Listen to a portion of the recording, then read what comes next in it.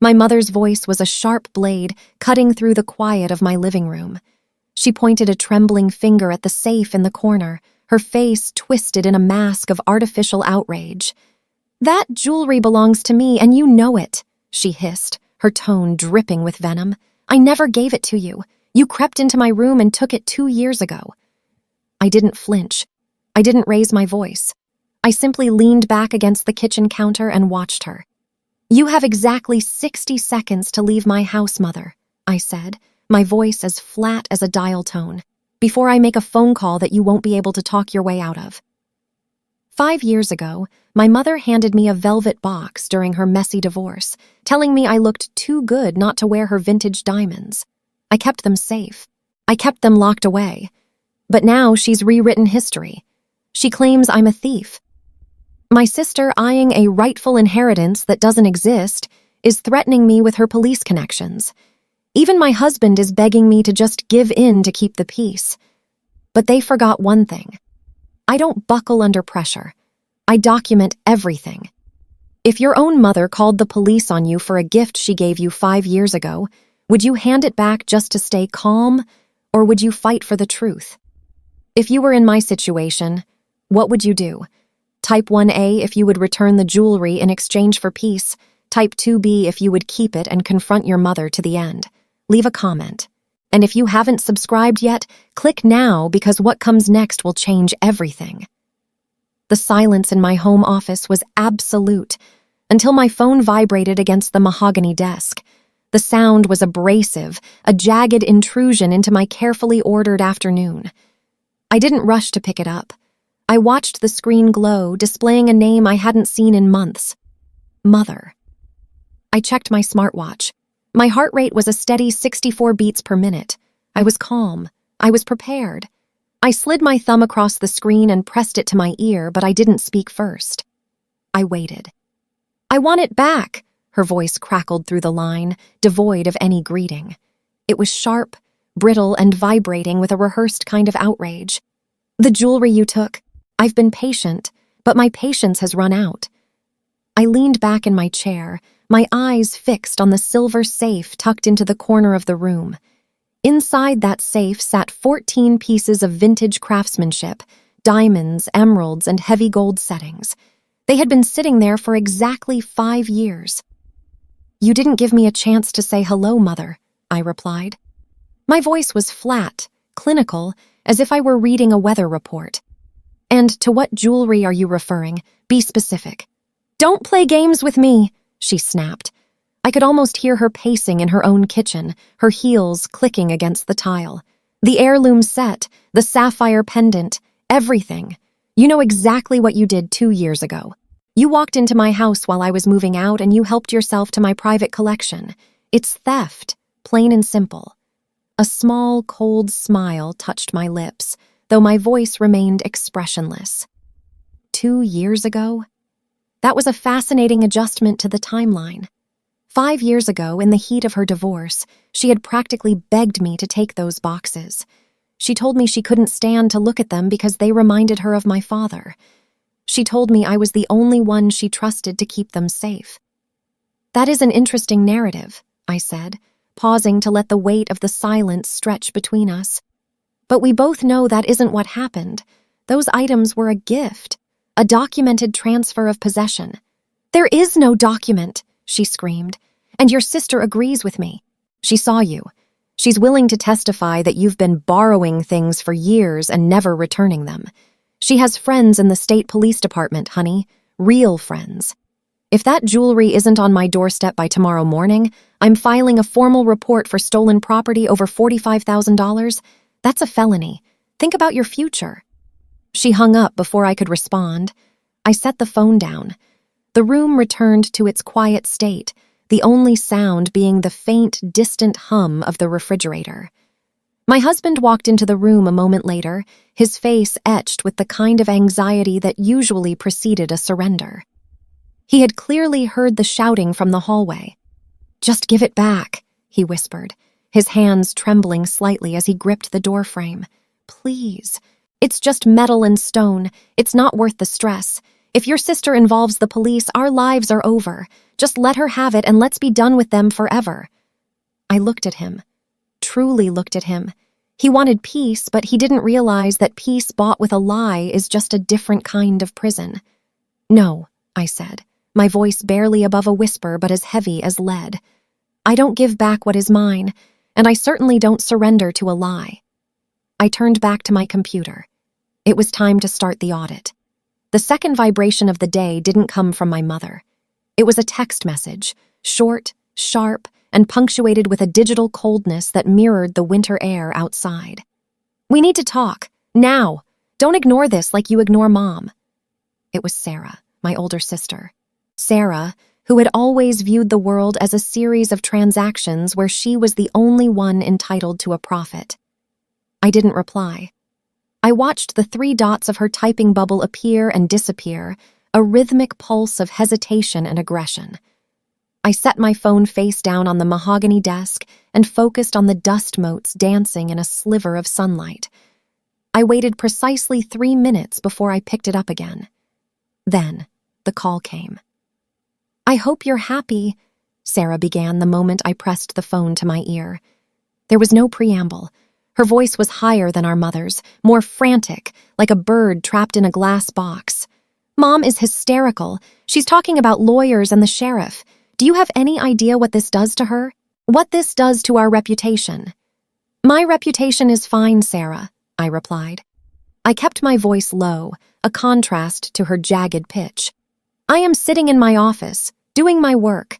I haven't accused anyone of a felony today. Can you say the same? I heard a sharp intake of breath on the other end of the line, the sound of someone who had hit a wall they didn't expect to be there. You're being incredibly selfish, she hissed. Those pieces, those sapphires and that vintage gold, they weren't meant for you to hoard in a safe. They are family assets.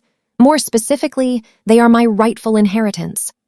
Mom was just holding on to them for me, and she let you use them because you were the young, struggling student back then. But the loan period is over. Inheritance. The word hung in the air, heavy and artificial. It was a strange term to use for a woman who was still very much alive and currently threatening her own child with prison. Sarah wasn't worried about our mother's hysteria. She was worried about her jewelry box. Inheritance usually follows a death, Sarah, I said, my tone as clinical as a surgeon's. And a gift, once delivered, is no longer an asset to be reclaimed by a third party. If you want a sapphire pendant, I suggest you visit a jeweler, or perhaps check your own bank account. Don't get smart with me, Sarah's voice dropped into a dangerous, low growl. You know I have connections. You know Mark is high up in the state police. He's already looked at the statutes. Since there's no bill of sale and no gift tax filing from 5 years ago, this falls under unauthorized possession of high-value property. He can have a warrant signed by tomorrow afternoon. They won't just ask for the jewelry. They'll search your entire house. They'll pull your safe out of the wall. I felt a slight cooling in my fingertips, a physical reaction to the threat, but I didn't let it reach my voice. I reached out and touched the cold metal of the safe's keypad. I knew exactly what was inside. I also knew what wasn't there. Is that a threat, Sarah? Or a legal consultation? It's a warning, she snapped. Give them back to Mom tonight. I'll come over and pick them up. We can tell the police it was a misunderstanding and that you just found them in a box you forgot about. We can make this go away. But if you keep acting like you're the victim here, Mark will make sure this follows you for the rest of your life. No one hires a thief, no matter how calm she is. I listened to the dial tone after she slammed the phone down. The silence that followed was different than the one before. It was heavier, charged with the realization that my own sister was willing to use the power of the state to take what wasn't hers. I looked up to see my husband standing in the doorway again. He looked smaller than he had 10 minutes ago, his shoulders hunched as if he were trying to hide from the very air in the room. I heard police, he said, his voice cracking. I heard warrant. Honey, please, I can't live like this. My blood pressure is through the roof. I can feel my heart pounding in my ears. Just give it to them. Let Sarah win. Let her have the diamonds. We can buy new ones. We can't buy our way out of a criminal record. I stood up slowly. I walked over to the window and looked out at the street. A black sedan was idling at the curb 3 houses down. Probably a neighbor, but in this moment, every shadow looked like a threat. "You're asking me to confess to a crime I didn't commit to buy a peace we won't get to keep," I said, not turning to face him. "If I give them that jewelry now, I am admitting I stole it. I am giving them the leverage to ruin me whenever they feel like it." "No." I walked back to my desk and opened a new folder on my desktop. I labeled it Exhibit A. "Sarah mentioned there's no paper trail," I whispered to the empty room. "She clearly doesn't remember the summer of 2019 as well as she thinks she does." I began to scroll through my old cloud backups, my eyes scanning past thousands of photos and old college essays. I wasn't looking for a receipt. I was looking for a ghost. The sun dipped below the horizon, casting long, skeletal shadows across my office floor. The temperature in the room seemed to drop 10 degrees, though the thermostat remained fixed at 68. I didn't reach for a sweater. I enjoyed the chill. It kept my mind sharp like a blade resting in a bed of ice. I sat at my desk, the glow of the monitor reflecting in my eyes as I organized my digital files. Behind me, the door creaked. It was a soft, hesitant sound, the sound of someone who was afraid of the very air they breathed. My husband, Mark, stood there. He wasn't looking at me. He was looking at the floor, his fingers twisting the gold band on his left hand. I watched him in the reflection of my screen. His breathing was shallow, ragged. He was the weak point in my perimeter, the crack in the foundation that my mother and sister would surely try to exploit. "It's 7 o'clock, he said, his voice barely a murmur. "You've been in here for hours. You haven't eaten. You haven't even had a glass of water." "I am working, Mark," I replied, my voice level and dry. "Preparation is a full-time job when your family is attempting to orchestrate a criminal indictment against you." He took a step into the room, then another, until he was standing just behind my chair. I could smell the faint scent of the herbal tea he had been drinking all afternoon, an attempt to soothe a stomach that was clearly in knots. He reached out as if to touch my shoulder, then pulled back, his hand hovering in the empty air. "I talked to Sarah again," he whispered. I didn't turn around. I kept my eyes on a spreadsheet I was building, documenting every single interaction I'd had with my mother regarding the jewelry over the last 60 months. And what did my sister have to say? Did she provide the specific badge number of the officer she intends to send to our front door? "She's serious, Elena," he said, his voice rising with a frantic edge. "She said the total value of the collection, the sapphires, the heavy gold, the vintage diamonds, is being appraised at $45,612. That isn't just a misdemeanor. That's a second-degree felony in this state. Do you understand what that means? They won't just send a letter. They will come here. They will put you in handcuffs in front of the neighbors." I finally turned my chair to face him. I folded my hands in my lap. My palms were dry. My pulse was a steady, rhythmic thrum. "I understand the law perfectly, Mark. I also understand that I did not steal anything. If I hand over that jewelry now, I am corroborating their lie. I am giving them a $45,000 confession. Is that what you want? For your wife to admit to a crime she didn't commit just so you can sleep better tonight?" Mark flinched as if I had struck him. He sank onto the small leather sofa against the wall, burying his face in his hands. "I just want it to be over," he groaned. "My chest feels tight. My head is pounding.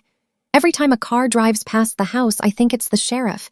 It's just jewelry. It's just shiny rocks. Why is your pride more important than our peace? Give it back. Tell them you found it in the back of a closet. Tell them it was all a big misunderstanding. They'll drop everything. We can go back to how things were." I looked at him, and for a moment, I felt a profound sense of isolation. He didn't see the woman who had been gifted a legacy. He saw a liability. He didn't value justice. He valued silence. He was willing to let me be branded a thief by my own blood as long as the noise stopped. "Things will never go back to how they were," I said, my voice cutting through his soft whimpering like a scalpel. "The moment my mother uttered the word stolen, The bridge was burned. The moment my sister threatened me with her husband's police connections, the bridge was turned to ash. If I give in now, they will know exactly how to break us next time. They will come for the house. They will come for our savings. They will come for everything we've built because they know you will buckle under the slightest pressure. Mark looked up at me, his eyes red-rimmed and pleading. I'm not buckling. I'm being realistic. You're one woman against a mother who has nothing to lose and a sister with friends in high places. You don't have a receipt. You don't have a witness. You only have your word, and in a courtroom, your word is just a sound. I stood up and walked over to him. I didn't hug him.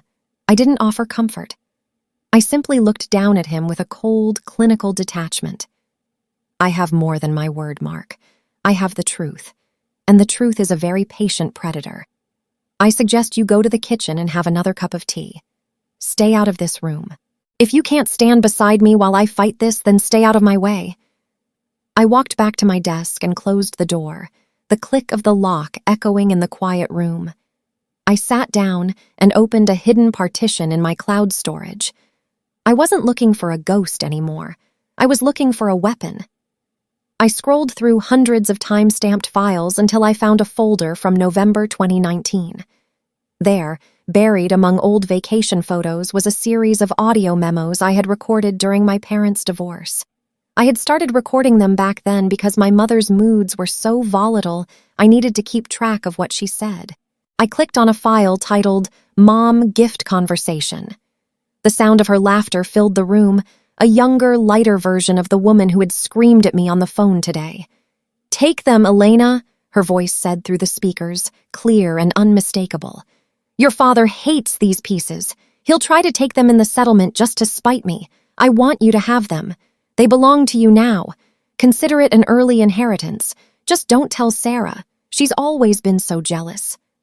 I leaned back and let the recording loop. I felt a chill move down my spine, but it had nothing to do with the air conditioning. It was the feeling of a trap being set. I didn't just have her word, I had her voice. And tomorrow I was going to make sure the entire world heard it. The office door didn't just open, it was breached. My mother marched in, bringing the suffocating scent of Chanel and manufactured outrage. She didn't wait for an invitation. She stood over my desk, her shadow stretching across my keyboard like a dark omen.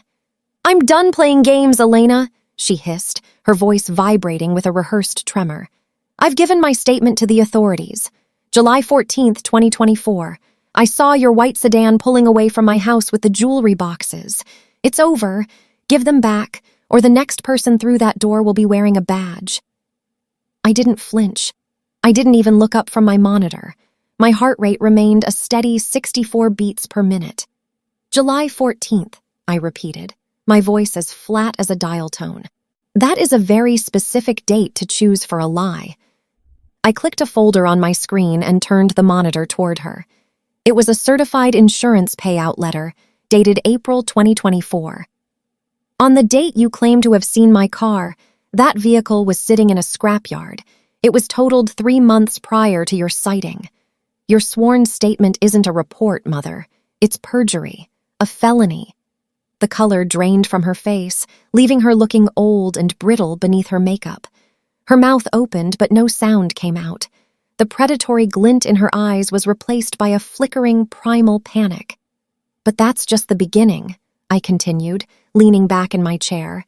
I have the recording from 2019, the one where you laughed and called this jewelry a gift, the one where you told me to hide it from Sarah because she was too jealous to handle the truth. The silence in the room was absolute. I watched her hands begin to shake. Get out of my house, I said, my voice barely a whisper but as heavy as lead. You have a very difficult phone call to make to my sister before I decide whether or not to send this data to the sheriff. She turned and stumbled out, her heels clicking an uneven, defeated rhythm on the hardwood floor. I sat back and watched the door close.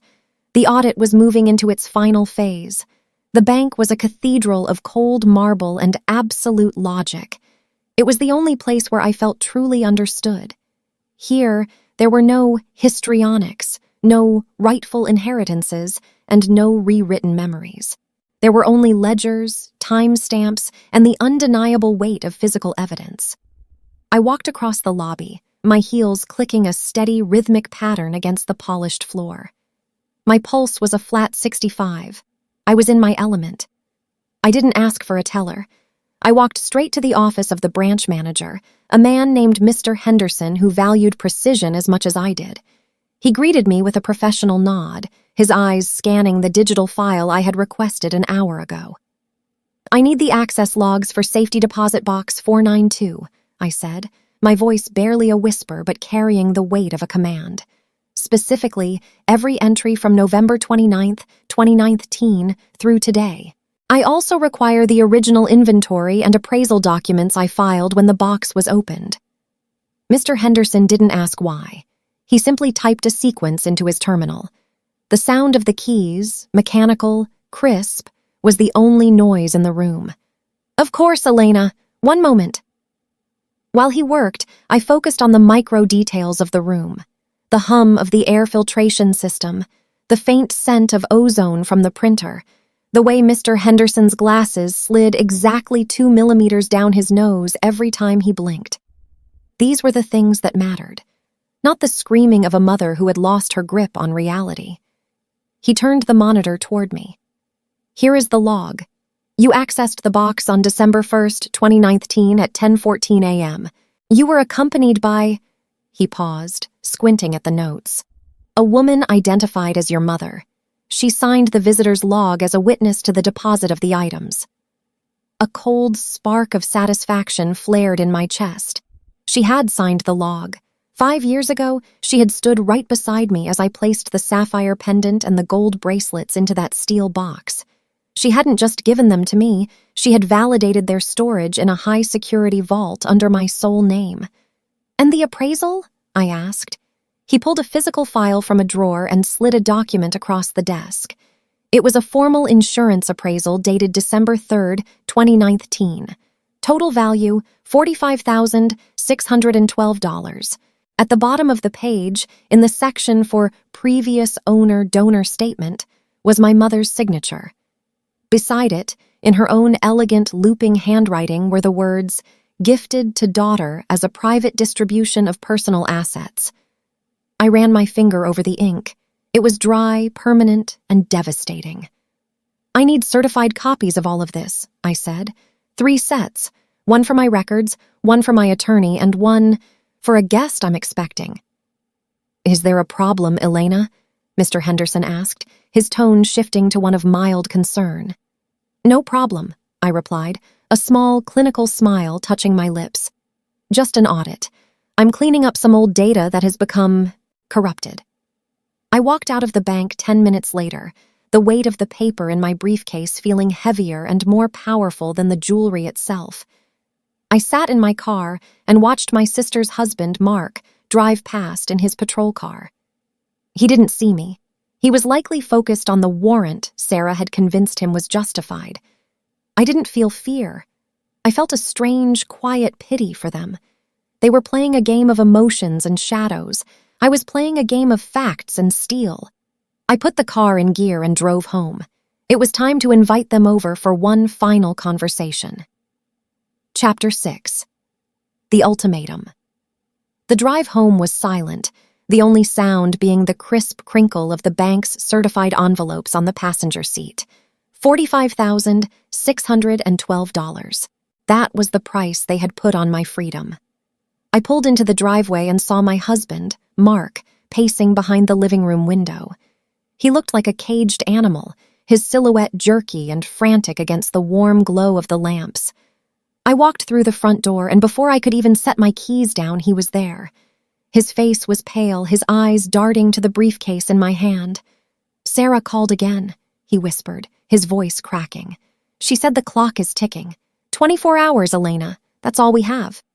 She said Mark, her husband, is already drafting the statement for the sheriff. If that jewelry isn't in their hands by tomorrow evening, they're coming here with a warrant. They're going to charge you with grand larceny." I didn't answer immediately. I walked into the kitchen, poured myself a glass of room-temperature water, and took a slow, deliberate sip. I could feel his gaze burning into me, desperate for a sign of weakness or a white flag of surrender. 24 hours, I mused, setting the glass down without a sound. That is plenty of time to organize a counteroffensive. Counteroffensive? Mark stepped toward me, his hands shaking. Are you insane? You're talking about war. I'm talking about our lives. Just give it back. I already took the velvet boxes out of the safe while you were gone. They're sitting on the counter. Just let me drive them over to your mother's house now and we can end this nightmare. I looked at the counter. The boxes were there. Small, dark rectangles of velvet that contained years of tradition and a mother's calculated betrayal. I didn't feel anger. I felt a cold, sharp clarity. He had touched my safe. He had invaded my sanctuary to buy himself a moment of cowardly peace. Put them back, Mark, I said. My voice wasn't loud, but it had the weight of a falling guillotine.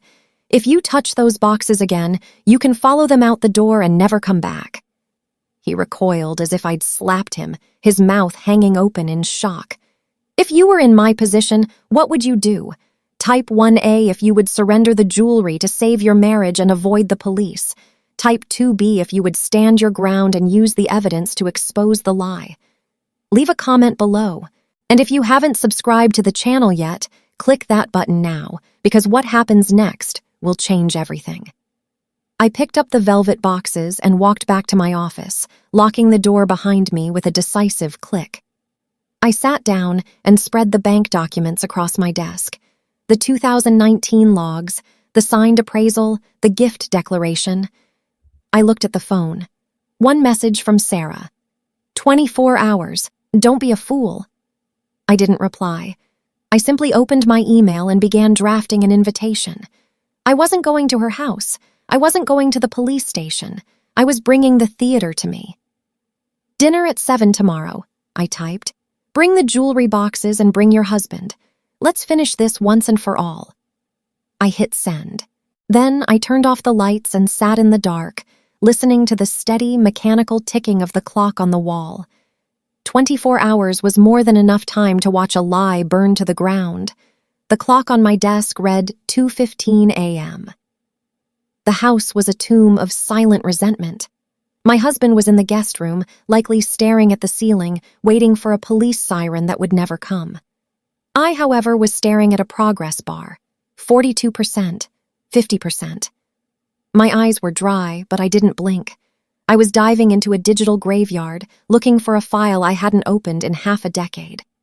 In the world of calm drama, the loudest scream isn't made by a person, it's made by a timestamp. I found it buried in a folder labeled Unsorted Media 2019, a video file. It was 42.8 megabytes of pixelated justice. I clicked play. The grainy footage flickered to life on my high-definition monitor, a stark contrast to the darkness of my office. There she was, my mother. 5 years younger, her face less lined by the bitterness that now consumed her. She was holding the sapphire pendant up to the light of the kitchen window in our old house. Look at the depth of the blue, Elena, her recorded voice whispered. The audio was slightly muffled, but the words were unmistakable. Your father bought this for our 10th anniversary, but he never understood its beauty. He only understood its price. I want you to have the whole set, now, before the lawyers start carving up my life like a Thanksgiving turkey. On the screen, I saw my own younger hand reach out. I saw her drape the heavy gold chain around my neck. She leaned in, her face inches from the lens I had propped up on a stack of books to record our cooking vlog that never made it to the internet. Don't tell Sarah, she said, a playful but sharp edge to her voice. She doesn't have your grace. She'd just try to sell it the moment I turned my back. This is your secret, Elena. A gift from my heart to yours. I paused the video on a frame where her face was perfectly clear, her hands firmly on my shoulders, the jewelry shining between us. It was a forensic masterpiece. It wasn't just a vague memory. It was a high-definition admission of a voluntary gift, dated 2 years before the theft she claimed had occurred. I didn't cheer. I didn't pump my fist in the air. I simply sat back and felt the cold, steady rhythm of my own heart. I moved the file into the Exhibit A folder, Then I created 3 encrypted backups. The connections my sister bragged about, the state police, the signed statements, the threats of handcuffs, were all built on a foundation of sand. And I was about to trigger the tide. I checked my pulse, 62 beats per minute. I closed my laptop, walked to the window, and watched the first gray light of dawn touch the trees. The 24-hour clock was still ticking, but for the first time in 3 days, I wasn't the one being hunted. I was the one holding the trap. 7 o'clock arrived with the precision of a funeral. I didn't offer them tea. I didn't offer them a seat. When the doorbell rang, I opened it, stepped back, and watched my mother and Sarah march into my living room as if they were reclaiming a conquered territory. Sarah's husband, Mark, followed behind them, his shoulders squared, his hand resting near his duty belt. He was in his state police uniform, a blatant, clumsy attempt at intimidation. The room was so quiet I could hear the hum of the refrigerator in the kitchen and the frantic, shallow breathing of my husband, who was huddled in the corner like a witness to a crime he didn't commit. "Where is it?" Sarah demanded. Her voice was sharp, cutting through the heavy air. She held out an empty, velvet-lined bag. "The 24 hours are up, Elena. Mark has the statement signed and ready. Either the jewelry goes in this bag or you leave in handcuffs. There are no other options." I looked at her. Then I looked at my mother, who was avoiding my eyes, her fingers nervously picking at the gold clasp of her handbag. I didn't respond with words. I walked over to the dining table where my laptop sat open, its screen glowing like a beacon in the dim room. "Please," I said, my voice a flat, clinical monotone. "Gather around. I have something more valuable than sapphires to show you." "We aren't here for a slideshow, Elena," my mother hissed, finally finding her voice. "Give me back what you stole 2 years ago." "July 14th, 2024, I said, tapping a key. A document appeared on the screen, a certified insurance payout letter for my totaled white sedan, dated 3 months before her alleged sighting. "That was the date you swore to the police that you saw my car at your house. Since this car was in a scrap heap at the time, your sworn statement is technically perjury. That's a felony, Mother, far more serious than a family dispute." The silence that followed was absolute. I watched the color drain from Sarah's face. Mark, the officer, shifted his weight, his eyes darting to the screen. "But that's just the prologue," I continued, my voice steady, my heart rate a perfect 62. I clicked the next file. "Here are the bank logs from December 2019. Note the signature on the guest log for safety deposit box 492. It's yours, Mother. And here is the appraisal you signed, explicitly stating the jewelry was a gifted private distribution of assets." I forgot. I was confused," my mother stammered, her hand going to her throat. "And finally," I said, my finger hovering over the trackpad, "the main event." I pressed play. The video from 2019 filled the room. My mother's younger, laughing voice echoed off the walls. "Take them, Elena. I want you to have the whole set. It's a gift from my heart to yours. Don't tell Sarah." The silence returned, heavier this time. Sarah turned to look at our mother, her eyes wide with a primal, predatory fury. She realized in that moment that she hadn't just been fighting me, she had been lied to by the woman she was defending. I leaned back against the table, my hands resting calmly at my sides. I looked at Sarah's husband, the officer. "Mark, you're a professional. You've seen the evidence, the gift declaration, the video admission, and the disproven timeline. If you proceed with that warrant, I will file a civil suit for malicious prosecution that will end your career before the sun comes up." Mark didn't say a word. He looked at the floor, then at his wife, and then he turned and walked out the front door without looking back. "Sarah? Mother?" I asked, my voice as cold as a winter morning. "I believe we're finished here." The sound of the front door latching shut behind Mark, the officer, felt like a gunshot echoing through the house. It was the sound of a professional reputation retreating from a disaster. In the living room, the atmosphere shifted from aggressive to toxic. I didn't move from my position against the dining table. I crossed my arms, feeling the steady, rhythmic thrum of my own pulse in my fingertips. I was the eye of the storm, perfectly still, while everything around me began to disintegrate. Sarah's face was a map of shifting tectonic plates. The arrogance was gone, replaced by a jagged, white-hot fury directed not at me, but at our mother. She turned slowly, her eyes fixed on the woman who had spent the last week feeding her a carefully constructed lie. "You told me she stole them," Sarah whispered. Her voice wasn't loud, it was a serrated edge. "You told me you were at the spa and you saw her car. You let me bring my husband into this. You let me put his career on the line for a rightful inheritance that you handed over to her 5 years ago." "Sarah, I was confused," our mother stammered.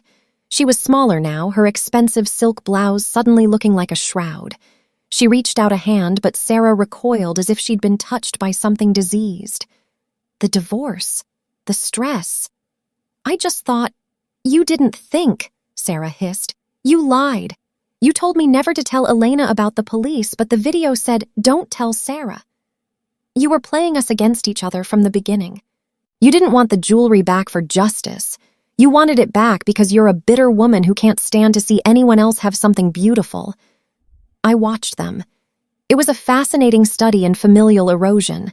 I noticed the way the dust motes settled on my laptop screen, unaffected by the screaming. I noticed the way my husband, still huddled in the corner, was finally beginning to breathe again, though his eyes remained wide with shock. He looked at me, and for the first time I saw a flicker of something that wasn't just fear. It was realization. He realized that the peace he had begged for was a fantasy, and that the woman he was married to was a fortress. "Get out," Sarah said to our mother. "What?" the older woman gasped. "Get out of this house. Get out of my sight," Sarah commanded, her voice trembling with the weight of her humiliation. "Mark is waiting in the car. He's going to have questions. Questions I don't have answers for because I believed a liar." My mother looked at me one last time. Her eyes were no longer predatory, they were vacant. She looked like a woman who had tried to rewrite the world and found that the ink wouldn't stick. She didn't say goodbye. She turned and walked out, her heels clicking a hollow, defeated rhythm on the hardwood floor. Sarah stayed for a moment longer. She looked at the sapphire pendant still sitting on the table, then she looked at me. There was no apology in her eyes. There was only a cold, lingering resentment.